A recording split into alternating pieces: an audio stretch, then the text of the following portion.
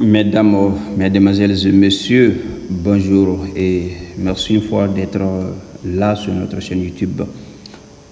Vous avez Monsieur Dissa, professeur de mathématiques. Aujourd'hui, nous avons un exercice devant nous, nous l'avons tiré des archives de la ProMars, l'association des professeurs de mathématiques des régions de Sikasso, Koutiala et de Bougouni, ainsi que leurs sympathisants. Exercice 3. Soit IN, la suite définie par IN égale intégrale de 0 à pi de sinus à la puissance nx ddx. 1. Calcul I0 EU1. Donc, on va directement aller au calcul. Nous avons remplacé le n par 0 puisque dit I0. Ainsi, nous avons tout ce que sinus à la puissance 0 de x, ça fait 1. Donc, on aura ainsi I0 égale A. Intégrale de 0 à pi de 1 fois d de x. Or, le 1, on ne l'écrit pas. Normalement, c'est 1 fois d de x. On peut l'écrire, mais ça ne fait rien. Mais mathématiquement, ce n'est pas assez joli. Or, une primitive de ça, nous connaissons, c'est bien x. La dérivée de x est 1. Donc, une primitive de ça, c'est x. À prendre entre 0 et pi. Ce qui fait pi moins 0. Donc, on peut dire que I0 est égal à pi. I0 est égal à pi. C'est I0. De la même manière, pour I1, nous avons I1 qui fait intégrale de 0 à pi de sinus x d de x. La puissance là-bas, c'est 1. Mais puisque la puissance 1, on ne doit pas l'écrire. On aura ainsi intégrale de 0 à pi de sinus x d de x. En allant avec la dérivation des fonctions trigonométriques, nous savons que la dérivée de la fonction moins cosinus x donne sinus x. Donc, on a ainsi moins cosinus x à prendre entre 0 et pi. En remplaçant les jeux par la valeur, nous aurons ainsi moins cosinus de pi. Donc moins cosinus de 0. Ce qui fait cosinus de pi, on sait tous que cosinus de pi c'est moins 1. Moins 1 ça devient plus 1. Donc on a 1 et ce moins ça fait plus. Cosinus de 0 c'est 1. Donc ce qui nous donne 2. Autrement dit, la limite, plutôt l'intégrale I1 vaut 2. Deuxième question. On demande de prouver que IN plus 2 égale à N plus 1 sur N plus 2 IN à l'aide d'une intégration par partie pour tout n élément de gramme ten. Donc on a petit 2 montrant que IN plus 2 est égal à N plus 1 sur N plus 2 fois IN. On va aller avec IN qui est de l'intégrale de 0 à pi de sinus à la puissance n de x d de x. Bien, IN plus 1, il suffit de remplacer le n par n plus 1. On aura ainsi IN plus 1. C'est intégrale de 0 à pi de sinus à la puissance n plus 1 de x d de x. Dans ça, c'est IN plus 1, mais en réalité on a besoin de IN plus 2. On va calculer IN plus 2. IN plus 2 égale à intégrale de 0 à pi, on remplace n par n plus 2. Peut-être que les cas précédents, on aurait même pu l'éviter. On va l'éviter derrière même. pour ne pas alourdir la tâche. Donc, on a ainsi IN plus 2, ici, et ici N plus 2.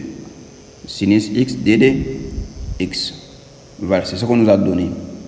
Maintenant, on va choisir le U et le V.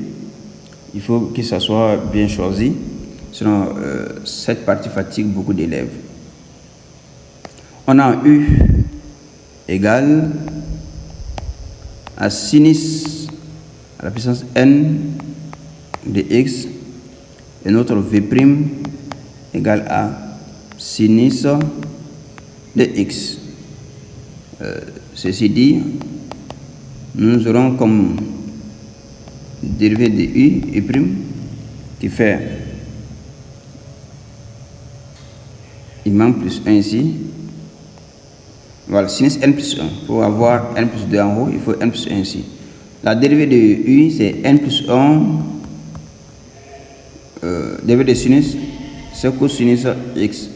Multiplié maintenant, et c'est U à la puissance N. Donc, sinus à la puissance N plus 1 moins 1, ça fait sinus à la puissance N de X. Et notre V, qu'est-ce que dérivé nous donne? Sinus, on a vu ça récemment, c'est bien moins cosinus X. Donc, on aura ici IN plus 2 égale IN plus 2, je mets ça ici. Ok, continuons en bas d'abord. IN plus 2 égale à U fois V. Donc, on a moins cosinus X, sinus à la puissance N de X à prendre entre 0 et pi. Moins le produit de ces deux, il y a un moins ici. Ce moins va me donner plus. Et le N plus 1 qui est là, ici, il peut sortir déjà. Je vais avoir N plus 1 intégrale allant de 0 à pi de cosinus carré de X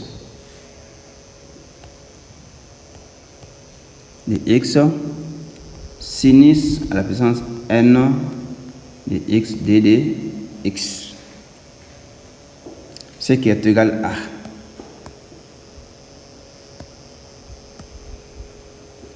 ici c'est égal à, en remplaçant les choses par leur valeur, la première partie c'est 0 parce que pour pi, sinus de pi c'est 0. Pour 0 aussi, sinus de pi c'est 0. Donc cette partie nous donne 0 directement. On va avoir N plus 1 qui est la deuxième partie fois intégrale de 0 à pi. On remplace cosinus carré par 1 moins sinus carré, c'est-à-dire la relation fondamentale de la trigonométrie.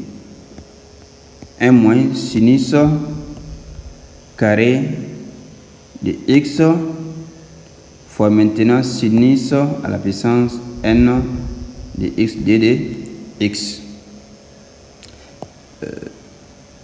Ici, c'est 1 moins sinus carré. On va développer le tout. On aura ainsi N plus 1 intégrale de 0 à pi de sinus N de X d de X moins, il y a N plus 1 fois ce moins, donc ça devient moins N plus 1 intégrale de 0 à pi sinus carré fois sinus à la puissance N, donc ça fait sinus à la puissance N plus 2 de X d de X. On va changer de page pour continuer. On aura ainsi IN plus 2 égale à N plus 1. Ce que nous avons ici en bas, dans la première partie, ça, c'est notre IN. Et ce qui est là à droite, c'est IN plus 2. Si vous vous souvenez bien. Donc, il suffit juste de le remplacer par IN et IN plus 2. Donc, nous avons N plus 2, IN moins N plus 1 et N plus 2. Il y a N plus 2 au départ et N plus 2 là-bas. Donc, on amène les N plus 2 à gauche. On a ici IN plus 2 plus N plus 1 IN plus 2 égale N plus 1 fois IN. Maintenant, en mettant IN plus 2 en facteur, on aura 1 plus N plus 1 IN plus 2 égale à N plus 1 fois IN. Ainsi, nous aurons N plus 2 ici, IN égale à N plus 1 fois IN. Finalement, en tirant IN, il manque plus 2 ici, en tirant IN plus 2, IN plus 2 égale à N plus 1 sur N plus 2 fois IN. Et c'est ce qu'il fallait démontrer ici. Revenons à l'énoncé pour voir la troisième et dernière question. On nous demande d'en déduire I2, I3 et I4. Donc, ainsi on a petit 3.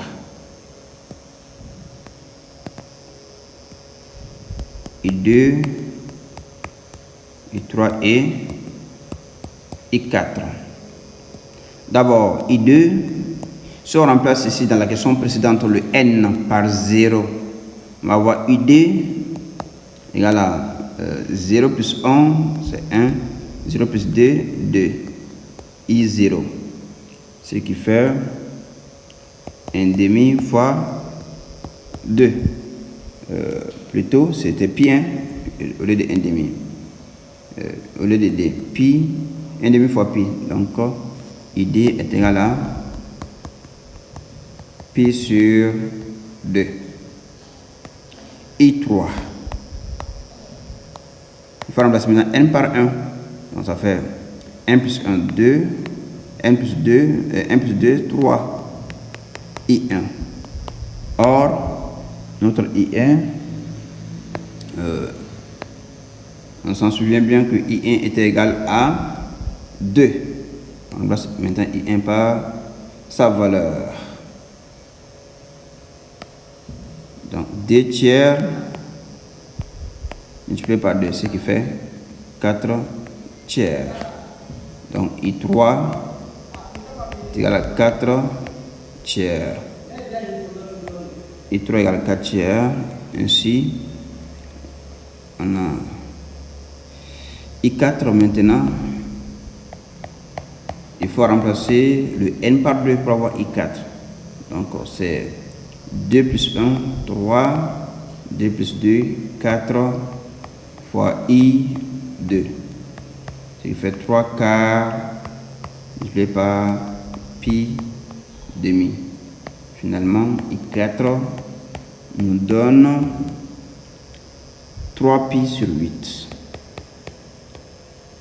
Mesdames et messieurs, nous arrivons au terme de cet exercice.